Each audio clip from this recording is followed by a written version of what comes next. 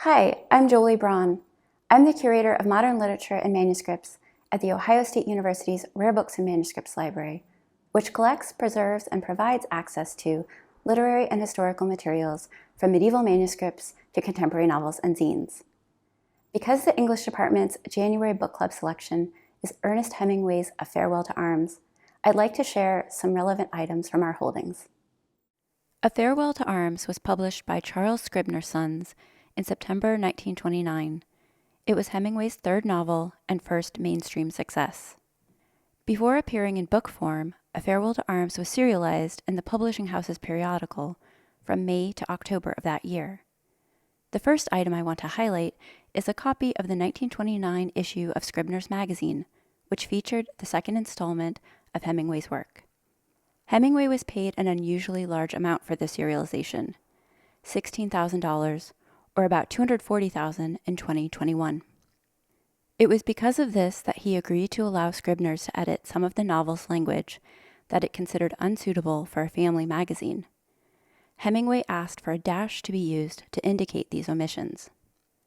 Despite the editorial changes, the June issue of Scribner's was banned in Boston on June 20th, 1929, by Police Chief Michael H. Crowley, who declared the work salacious.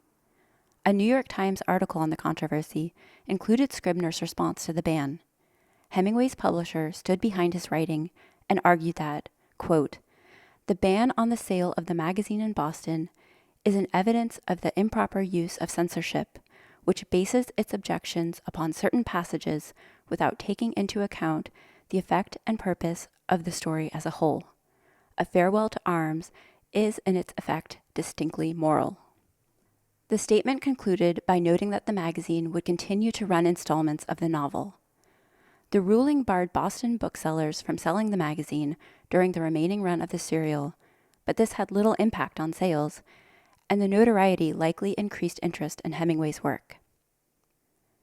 The first edition of A Farewell to Arms was published on September 27, 1929. By November, the book was on bestseller lists, with Scribner's book editor, Maxwell Perkins, reporting to Hemingway that 45,000 copies already had been sold. The iconic dust jacket is by Cleon, who had also created the cover for Hemingway's 1926 novel, The Sun Also Rises. Aside from the small cannons that flank the title, the artwork for A Farewell to Arms had little to do with Hemingway's story. Perkins, however, thought it was, quote, "respectably sexy," and believed the cover would attract female readers. Perkins also wanted the book to be recognized as a serious work of literature and distinct from other recently published war novels. Hemingway didn't like the artist's work and complained to the editor that it had, quote, "a lousy and completely unattractive decadence." The illustration, however, wasn't the only part of the dust jacket he was unhappy with. Hemingway felt that the size of the title and his name were too small.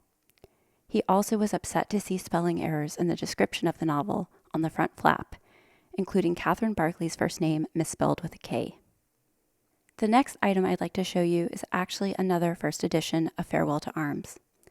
This was the personal copy of Nelson Algren and is part of the Rare Books and Manuscripts Library's Nelson Algren Papers, which includes drafts, publications, correspondence, photographs, and other materials documenting the writer's life and work.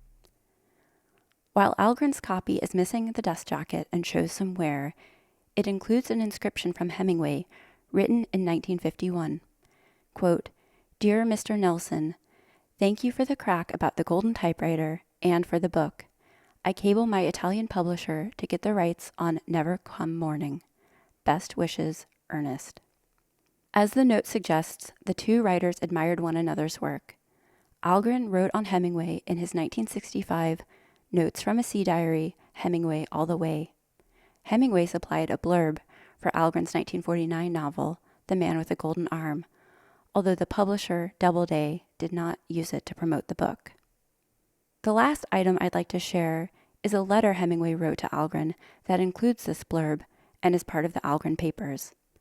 It begins by slighting Hemingway's contemporaries, William Faulkner and Thomas Wolfe, and then, speaking on Algren, declares, quote, "This is a man writing, and you should not read it if you cannot take a punch." He concludes by stating, quote, "Please quote only in entirety and exactly as written." Hemingway's esteem for Algren's writing was sincere. Given the brashness of Hemingway's words, however, it's perhaps not surprising that they were not used on Algren's novel.